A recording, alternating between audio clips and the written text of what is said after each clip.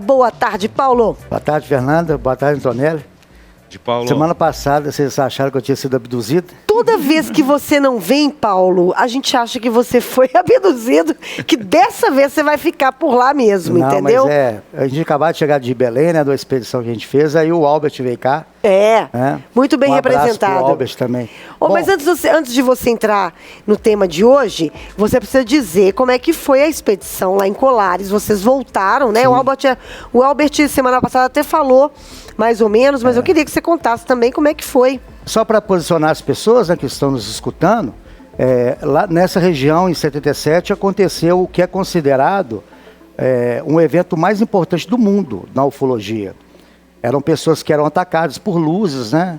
Tinham sangue sugado, houve várias mortes nessa região, né? Colares, a Ilha do Mosqueiro, Vigia, e até em Belém, né? Em Belém, vários casos ocorreram. E a Força Aérea Brasileira foi lá e ficou 4 meses pesquisando. E algumas dessas testemunhas ainda estão vivas, né, da época. E nós fomos lá, numa expedição da revista, junto com o canal Enigmas e Mistérios, do Edson, que é o nosso coeditor. Nós entrevistamos algumas dessas pessoas que ainda estão vivas, pegamos vários outros depoimentos, visitamos os locais onde ocorreu tudo isso, né? E eu te falo a verdade, o lugar realmente uma coisa diferenciada. Eu não sei explicar, mas assim, parece que você está fora de conexão lá em Colares, né? E a gente foi lá nos locais onde a Força Aérea fez os acampamentos, né, onde ela filmou e fotografou os objetos. E tudo isso, né, essa expedição a gente está montando, nós vamos apresentar aqui num próximo programa, eu e o Albert vão vir juntos, né? E vai sair na edição especial da revista, falando sobre todos os detalhes, porque é muita coisa, né? Não dá pra... Mas eu vou separar umas coisas bem legais para trazer aqui para o programa. Maravilha! Então vamos lá, vamos entrar no nosso tema de hoje. Crianças em contato com alienígenas. Bom, é o seguinte, desde quando eu comecei a pesquisar ufologia, eu sempre gostei muito de pesquisar casos que envolvam crianças, né? Eu tive a oportunidade de pesquisar alguns, e inclusive uns que são bem clássicos, como o caso de Turama, onde uma família inteira foi levada para dentro de uma nave, e a neta do senhor Caiano tinha 4 anos à época, ela foi a única que ficou lúcida, né? E você vê que a criança é diferente do adulto, né? O adulto, ele sabe mentir, ele é dissimulado, né? Já uma criança não, a criança ela pode até inventar uma coisa, porém, se você ali cercar e fizer as perguntas certas, ela acaba cedendo. Principalmente quando há várias crianças envolvidas, né? Um caso que eu trouxe aqui, que é o incidente da escola Ariel, que é muito famoso, né? Inclusive até a BBC de Londres fez um documentário muito, muito legal, que foi em 94, em Zimbábue, lá na África. Tinha mais de 60 crianças na hora do recreio, na escola, uma escola particular lá em Zimbábue, né? E as crianças viram uma nave muito luminosa, em formato discoide, pousar próximo de um bosque. E elas foram até lá, né, que a criança é curiosa, né? E chegando lá, eles viram 2 seres saindo dessa nave. Segundo as crianças, eram seres que estavam com a roupa preta, mais ou menos 1,5 metro de altura, olhos bem salientes, e eles vieram próximo das crianças. E algumas crianças alegam que escutaram vozes, mas elas não conseguiram entender, né? E aquele alvoroço todo ali, as crianças, né? Terminou o recreio, essa nave, segundo as crianças, ela levantou e foi embora.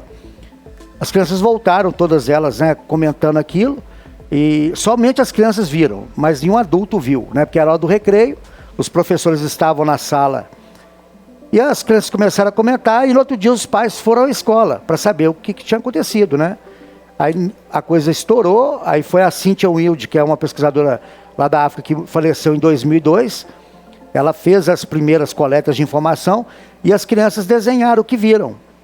Inclusive tem aí, eu vou pedir para o Elcio colocar aí a imagem 1 e 2, né? São desenhos que as crianças fizeram daquilo que... Não, essa aí é a imagem do caso Sagrada Família, é a imagem 1 e 2. Aí as crianças desenharam, sabe? Fizeram vários desenhos, tanto dos seres como das naves. Depois o John Mack foi lá, que é um psicólogo também falecido, e fez uma análise com as crianças e viu que alguns relatos diferenciavam dos outros, né? Não batiam perfeitamente um com o outro. Mas isso é normal em se tratando de casos assim, né? Depois eu até explico por quê. Então, esse caso da Escola Ariel, recentemente eles fizeram um programa em que eles entrevistaram essas crianças já estão adultas, né? Fizeram um programa com todas elas. Foi feito, isso aí quando? O caso aconteceu em 94. 94. 29 anos atrás. E se as pessoas procurarem na internet, caso Escola Ariel, né? É fantástico isso. E elas relatam, né? Relembram o que aconteceu. Esse caso da Escola Ariel, ele é muito parecido com o caso que aconteceu na Austrália, na escola Westall, lá na Austrália, só que foi em 66. Peraí, eu fiquei curiosa agora para saber o desenho que as crianças fizeram, não tem aí não, gente? O Elson vai recuperar ali pra gente. Não, esse é o do Sagrada Família. Aí você, não, pode passar nos desenhos aí? Tá passando. Acho que ele misturou. Esse aí, tá vendo? Ó. Esses são alguns desenhos que as crianças fizeram da Escola Ariel, né, em 94. São vários desenhos, né? É lógico que eu separei somente alguns. E eles descrevem que é um objeto em formato discoide, de mais ou menos uns 3 metros de diâmetro, né? E dele desceu um ser, né, de baixa estatura. Esse caso é muito interessante, é um caso que é clássico na ufologia, pela quantidade de testemunhas, mais de 60 crianças. E esse caso na escola. Só para quem está nos ouvindo, a gente está exibindo 4 desenhos. Um desenho é de um disco voador mesmo, aparecendo atrás de umas árvores. O segundo é com o ET do lado da nave, né? Também. O outro está parecendo uma. Estão todos eles muito similares. Muito similares, né? Com essa nave espacial redonda mesmo, né? Que a gente está acostumado. Ali um desenho ali atrás das árvores, né? Porque ele pousou atrás mesmo de umas árvores, né? E esse caso que aconteceu lá na Austrália, né? Em Melbourne, né? Na Westall, a escola Westall, que foi em 66, aí teve um número maior de crianças. Foram mais de 200 crianças, inclusive com um funcionário da cantina e mais 2 professores que viram os objetos. Só que lá foi diferente. Foram 2 objetos, eles chegaram a ficar próximo das crianças, eles chegaram a ficar a poucos centímetros do chão, e um aluno, olha lá, tá vendo? Esse desenho mostra, um dos alunos chegou bem próximo do disco, né? E o professor gritou para ele não tocar no objeto, né? E esse aluno alega que quando ele chegou próximo desse objeto, o calor era muito forte, emanava um calor muito forte, né? Além de ter essa totalidade de testemunhas, mais de 200 crianças, né?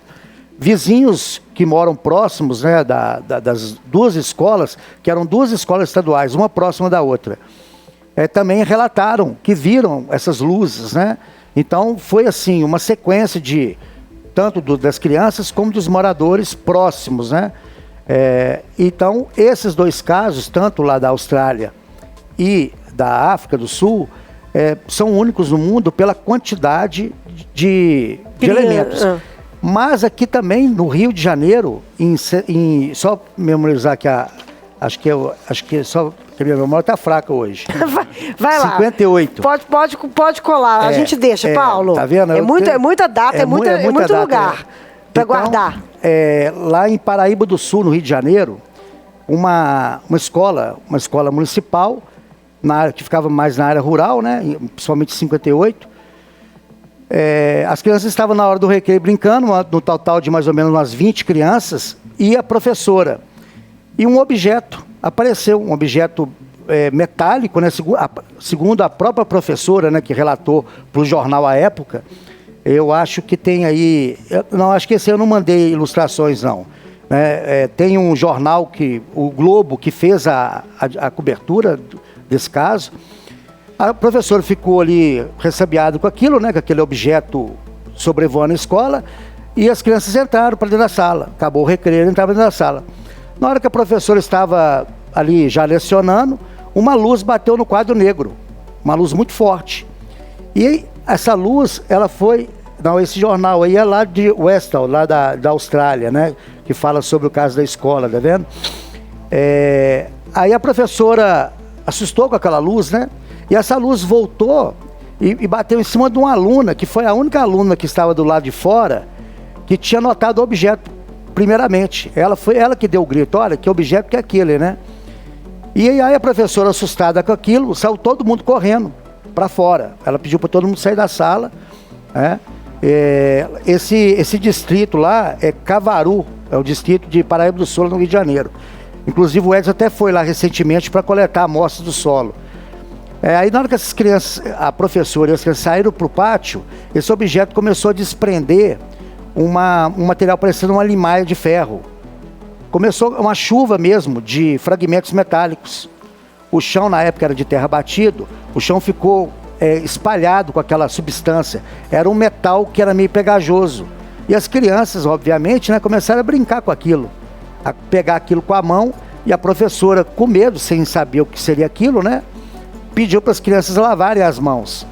O interessante disso, Fernando, é que foi em 58, né, e nenhuma amostra desse material foi guardado. Pois gente. Nenhuma amostra foi guardada, né? Então, esse caso lá de Paraíba do Sul, no Rio de Janeiro, dentro desse exposto, né, similar ao que aconteceu na Austrália e na África do Sul, é muito mais interessante porque ele teve uma evidência física, que foram esse fragmento, essa chuva, né, de um pó metálico. O Edson voltou lá agora, ano passado, fez uma coleta de solo, né, para ver se ainda existe algum fragmento. Esse solo ainda está em análise, né? Assim que sair esse resultado, eu falo aqui para vocês. Não, mas né? será, gente? Porque tem muitos anos, né? Imagina, 58? Já tem o quê? 40 e... Não. 65 anos. Muito tempo. Muito tempo já. Mas eu conversei com um agrônomo, ele falou que dependendo, né, do tipo de material, se ele tiver, eles conseguem ainda encontrar indícios dele, né? Mas é muito difícil, né? Pela contaminação do solo, outros elementos, né? E teve um caso que eu recebi, quando eu estava fazendo a pauta para vir aqui, o Rodrigo Morovisoni, que é nosso consultor, né? Ele mandou um caso que aconteceu em Itarema, no Ceará, de uma criança de 6 anos de idade, chamada Jadiel, que estava brincando lá de fora de casa, segundo ele, uma nave, né? Tem um vídeo, é até engraçado a criança falando, né? Que aquele sotaque, né? E ele muito novinho, ele falou que os seres desceram da nave e tentaram levar ele para dentro da nave. E ele ficou todo marcado, parecendo que ele brigou com um tigre. Todo arranhado. Todo arranhado. As imagens até impressionam, né? Várias escoriações do corpo dele. E o interessante é que quando ele voltou para casa e falou com o pai dele que isso aconteceu, ele não sentia dores, mesmo ele estando todo rasgado. E os ferimentos apresentavam uma espuma branca por cima, né? A gente não sabe se isso aí talvez inibia a dor, né? E aí esse caso também foi, várias emissoras de TV foram lá, entrevistaram ele, né? E isso que eu acho interessante, porque uma criança de 6 anos, né? 2 seres, como ela disse, que tentaram levar. Seria muito fácil conseguir pegar uma criança dela. Ela é muito pequena, muito frágil, né? E tudo isso nos faz pensar quais seriam os motivos desse tipo de contato. Qual que é o objetivo disso, né?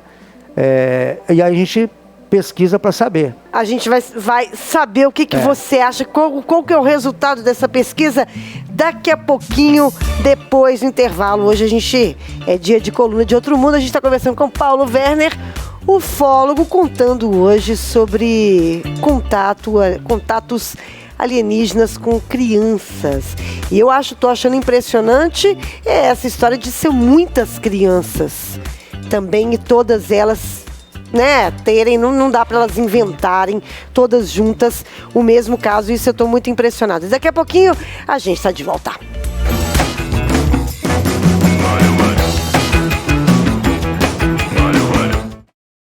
Meu amigo e minha amiga motoristas por aplicativo, a promoção dos 1.000 litros de combustível foi um sucesso. E neste mês de maio, a REP decidiu dobrar a oferta. Serão 2.000 litros de combustível. E isso mesmo, são quase 50 tanques cheios. E para participar é muito fácil. Visite o site repmove.com, repmov.com e cadastre-se. No Instagram, @repmovebrasil, você fica por dentro de tudo. Em breve, uma promoção para o passageiro.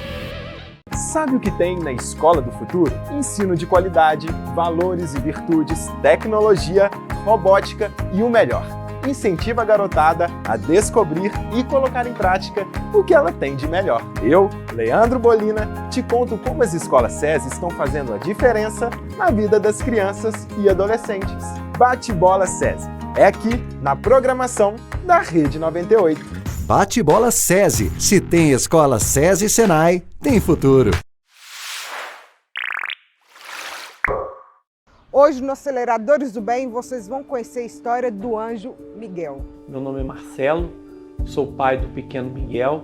O Miguel nasceu com uma doença chamada linfagioma, que é uma má formação no tecido linfático. Para a medicina não tem cura e sim tratamento. Hoje somente eu luto pela vida do meu filho. Sou viúvo, tenho 4 filhos e o Miguel. E hoje nós lutamos para fazer a cirurgia e o Miguel ir para Curitiba para poder continuar fazendo o seu tratamento. Você pode ajudar na vaquinha, pelo Pix, e assim que a gente luta nesses 7 anos para fazer o tratamento do Miguel. Eu agradeço a todos vocês. Vocês podem entrar nas nossas redes sociais que você vai achar todas as formas para você conhecer o Miguel e a sua luta. Para participar do Aceleradores do Bem, basta mandar um e-mail aceleradores-do-bem@98fm.com.br.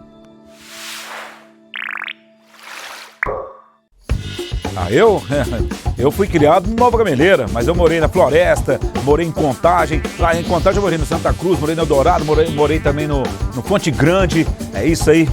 Morei em Betim também. Morei lá no Angola, lá em Betim. Deixa eu ver onde é mais que eu morei. Morei em Santa Teresa também. Morei num bocado de lugar, gente. Eita. O Dudu é campeão em mudanças, já morou em tudo que é lugar, mas multicampeã mesmo é a Claro, com a internet mais premiada no Speed Test. Sensacional dentro e fora de casa. Se você já é cliente, saiba que você está com a melhor. Ainda não é? Vem pra Claro! Morei em tanto de lugar, não esqueci de ninguém não. Eu já falei que morei em Betim?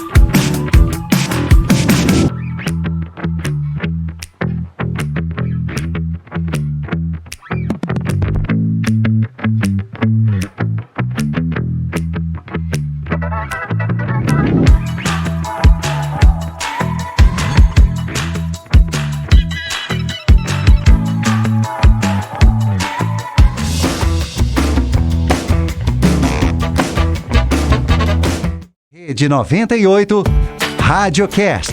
Na Claro, você tem a internet com fibra mais rápida do país. Vem pra Claro e faça seu multi. Na Estrelabet, suas apostas brilham de verdade. Acesse estrelabet.com e Estrelabet jogou, brilhou. E olha só, tem aqui também nada mais seguro do que rodar com a CNH em dia. Se você levou multa injustamente e sua carteira está com excesso de pontos, entre em contato com a Facilita Brasil.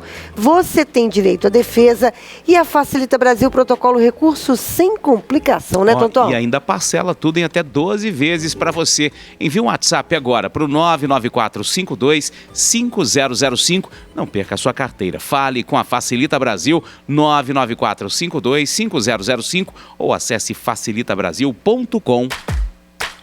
De volta com o Radiocast, hoje é dia de coluna de Outro Mundo. Paulo Werner está nos contando sobre casos em que crianças entraram em contato com alienígenas, na verdade os alienígenas que entraram em contato com várias crianças de vários países, enfim, estamos aqui tentando desvendar essas histórias. Paulo, você estava contando aí da história. No intervalo, só um adendo, gente. No intervalo a gente estava falando sobre um caso que o Tonton estava também falando que aconteceu na Argentina, não é isso, Isso, Tonton? estava comentando com o Paulo aqui de uma abdução de 4 irmãos em 1987. Eles estavam brincando, assim, num campo, assim, próximo de casa. Apareceu uma nave e segundo o relato das testemunhas, os parentes, os pais ali, um facho de luz azul sugou essas crianças para a nave. E pelo que disseram, essas crianças ficaram 3 dias sob o poder desses alienígenas. Segundo eles, era um deus ET. Era um ser de cabelos prateados, olhos amarelos, grandes, né? E as crianças fizeram um passeio interplanetário.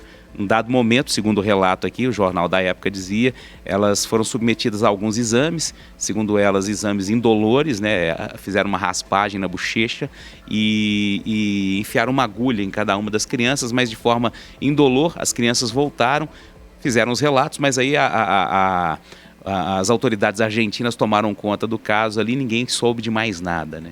Preservaram a identidade de todo mundo e ninguém ficou sabendo de mais nada. Interessante. Aqui eu estava comentando no intervalo também, né, o Fernando? O caso Sagrada Família, que envolveu 3 crianças, né? Sendo o mais novo... O caso Sagrada Família, eu estava achando que era Sagrada Família lá em Barcelona, não sei o quê, não. É Sagrada Família, bairro Sagrada Família, em Belo Horizonte, bairro, inclusive, que eu já morei, maravilhoso. Em 63, as 3 crianças, José Marcos, né?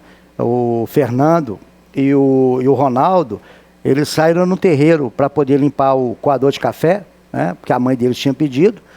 E imagina, né? O bairro Sagrada Família em 63, né? Já tinha bastante casa, mas tem fotos da época que mostram muitas casas, mas mantinha aquele ar de... Mas de qualquer forma, é Belo Horizonte, em 1963, né? E eles saíram lá e enquanto o José estava limpando o coador, né? Tipo numa cisterna, o Ronaldo, ele viu um objeto muito brilhante em cima de um pé de abacate e ficou olhando aquilo. Esse objeto aproximou.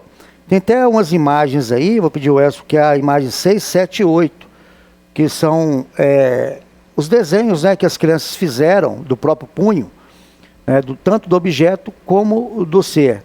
Então, esse objeto aproximou e ele desceu. Então, quando ele chegou próximo, eles viram que o objeto era transparente.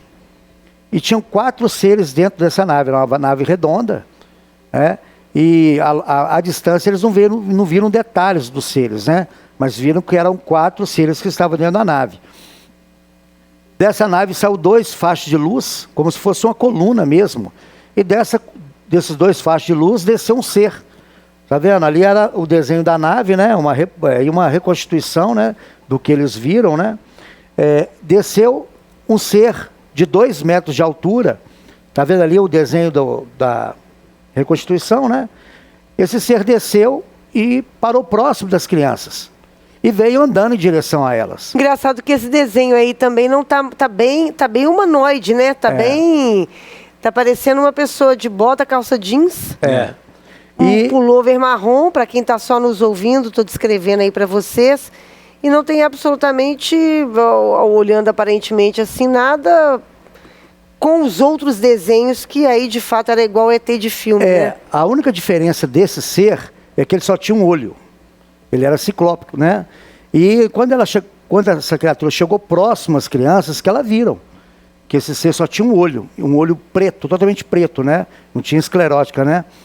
E esse ser, ele esticou a mão para encostar no José. E o Ronaldo, vendo aquilo, assustado, correu e puxou o José, né? Esse ser foi e recuou. Aí o Ronaldo pegou um tijolo. É coisa de criança, né? Ali, e jogou esse tijolo. Só que antes dele jogar o tijolo, praticamente, desse ser, eles falam, né? Que saiu como se fosse um facho de luz do peito dele e neutralizou. Ele não conseguiu jogar o tijolo nessa criatura. Após isso, as crianças perderam medo. Dizem que depois que esse ser lançou esse raio, né? alguma coisa aconteceu que elas, tipo assim, pararam de ter aquele medo e ficaram mais de boa. E esse ser começou a falar, só que eles não entendiam nada, né? E na descrição das crianças, o que você falou ali, era um ser de 2 metros de altura, somente um olho, né? E um capacete como se fosse de vidro, né, redondo. E aí as crianças ficaram ali, e aí essa criatura começou a voltar para a nave. Ela parou no meio do caminho, pegou, parece que uma planta no chão, e aí não sei se foi o Marcos que falou, você vai voltar? E ele olhou para trás para as crianças e só balançou a cabeça. Aí a gente não sabe se é para sim ou para não, né? E a lua, era a lua cheia, ele apontou para a lua. Segundo as crianças, ele apontou para a lua e parou debaixo da nave, esses 2 fachos de luz, como se fossem 2 colunas, né? E ela regressou novamente para dentro da nave. Esse caso, à época, ele foi pesquisado pelo Uwe Brandt Aleixo e foi destaque, saiu em todos os jornais, né? Saiu em vários documentários. E até hoje, essas testemunhas são vivas, né? Nós entrevistamos o José Marcos Vidal em 2018, uma entrevista de mais de 2 horas. Quem quiser ver, é só entrar lá no canal da revista OVNI Pesquisa, né? O caso deles... No YouTube. No YouTube. O caso deles é assim, é clássico, muitos ufólogos brasileiros falam que é um dos casos que tem mais credibilidade, né? Recentemente eles fizeram também, o José Marcos, acho que fez uma matéria para uma revista importante aqui de Belo Horizonte, né? A matéria ficou até interessante porque eles me consultaram, eles fizeram uma história em quadrinho, quadrinizaram o contato, sabe? Então assim, Fernando, só para fechar isso aqui, eu costumo falar... Tem alguma pergunta? Não, pergunta não, Paulo, mas é porque a gente conseguiu o vídeo do documentário sobre a escola lá no Zimbábue. Daqui a pouquinho a gente coloca na tela lá, para quem está acompanhando pela TV, pela internet, um vídeo da época aí, da aparição, né? Um vídeo da BBC, a gente coloca um trechinho só para a gente ilustrar um pouco o que o Paulo tinha falado no primeiro caso que ele apresentou. A Escola Ariel. Isso, lá no Zimbábue. Uma escola particular. Né? E... Esse documentário está onde, hein? Para quem quiser assistir. É da BBC? É da BBC. Mas você consegue assistir, por exemplo, no YouTube? Aqui, você consegue assistir. Tem vários...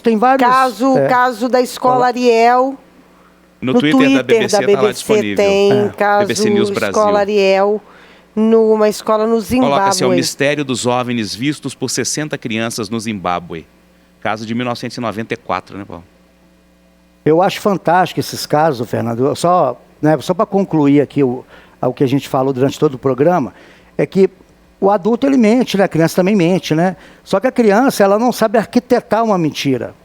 Ainda mais quando junta mais de 3, 4, 5 crianças, né?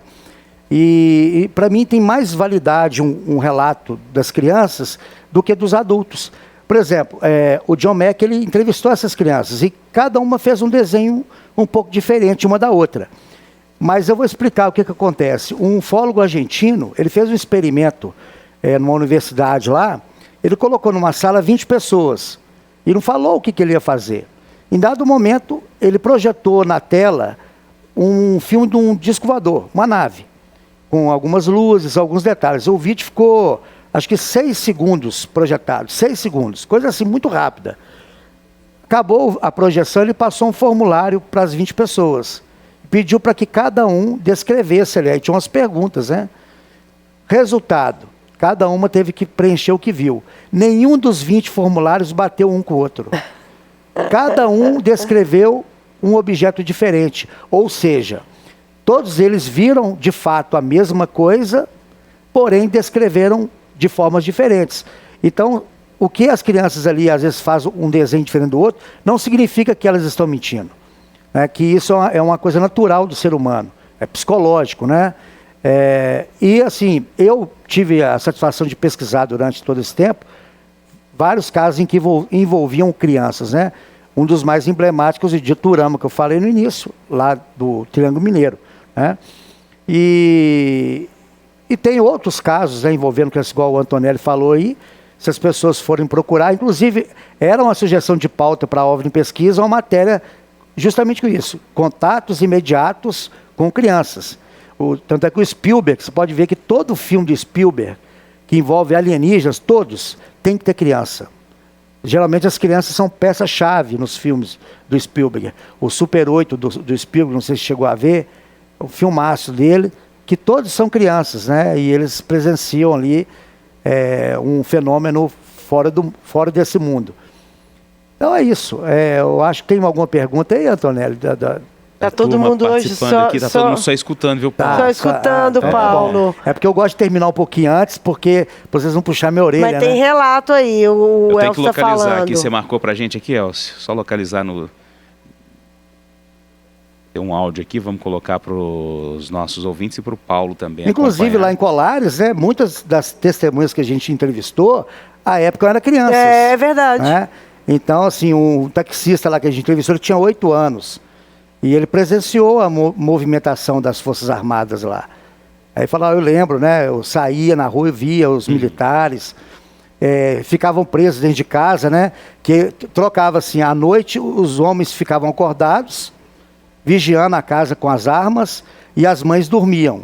E de dia os homens dormiam, as mães ficavam acordadas, para você ver como é que era o clima do negócio, né? Que não era brincadeira. Vigília. O Elbert tem um áudio aqui pra gente, Paulo. Ô, meu querido Tonton, tudo bem? Aqui é o Herbert. A minha sogra e meu sogro, a família dela é de São Vicente de Baldinha, ali próximo à Serra do Cipó, indo para depois Lagoa Santa. Eu estava lá uma vez que eu faço trilha de moto. O que aconteceu? Em plena tardezinha, estava eu e meu compadre lá, num lugar que chama Pedreira, indo para Botafogo. Nós vimos um objeto muito estranho, cara. Eu arrepiei na hora, uma coisa muito esquisita. Não era avião, não era balão, aqueles balão meteorológico. Era uma coisa fora do normal, bicho. Eles passaram, parou e sumiu, igual um raio. Eu não esqueço disso. Tem mais ou menos uns 8 anos atrás. E o relato E é exatamente na região da Serra do Cipó que você fala que tem muitos relatos, sim, né, Paulo? Ali em Minas Gerais é o local que tem mais frequência do fenômeno, né? Mas como você perguntou aqui, né, por que não está acontecendo muita coisa ultimamente, né? Foi o que eu disse, às vezes se eles estão aqui a pesquisa, pode ser que uma parte dessa pesquisa já se esgotou, né? Mas o fenômeno continua ocorrendo, né? Tanto é que o governo americano sempre está liberando vídeos até recentes, né? De objetos. A Isabel está dizendo aqui, ó, boa tarde, Fernanda, boa tarde, Tonton. Tarde. Sogra do meu irmão mora em Baldim e conta uns casos interessantes, Serra do Cipó. Morro de medo quando durmo por lá. E tem um questionamento aqui do nosso ouvinte, o Tiago. Gostaria de saber o que levou o Paulo a pesquisar sobre esse assunto. Ele já presenciou algum evento do tipo, Paulo? Nunca vi nada.